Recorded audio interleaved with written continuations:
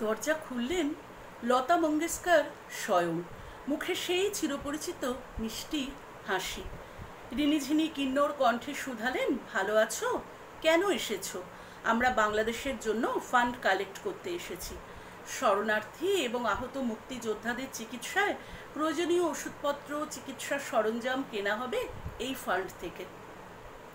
আপনারও সাহায্য চাই দিদি। মৃন্ময়ীকে বসিয়ে রেখে ভিতরে চলে গেলেন লতা মঙ্গেশকর। বেরিয়ে আসলেন চেক বই হাতে। গুটি গুটি হাতে চেক লিখে এগিয়ে ধরলেন। অঙ্কের ঘরটা চোখে পড়তেই মৃন্ময়ী বোস একটু চমকে উঠলেন। 1,00,000 টাকা! 1971 সালে 1,00,000 টাকা মানে কম টাকা ছিল না। কিন্তু আরও বিস্ময় অপেক্ষা করছিল মৃন্ময়ী বোসের জন্য।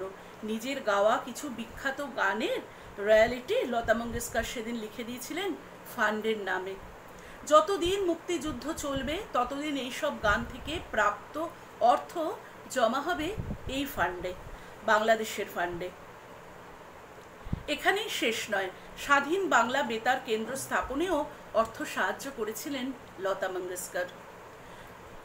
1971-এ অজন্তা শিল্পী গোষ্ঠীর সঙ্গে ভারতীয় সেনাবাহিনীর প্লেনে চেপে বিভিন্ন স্থানে গান পরিবেশন করেন এবং বাঙালি রিফিউজিদের জন্য তহবিলও সংগ্রহ করেছিলেন এই কিংবদন্তি।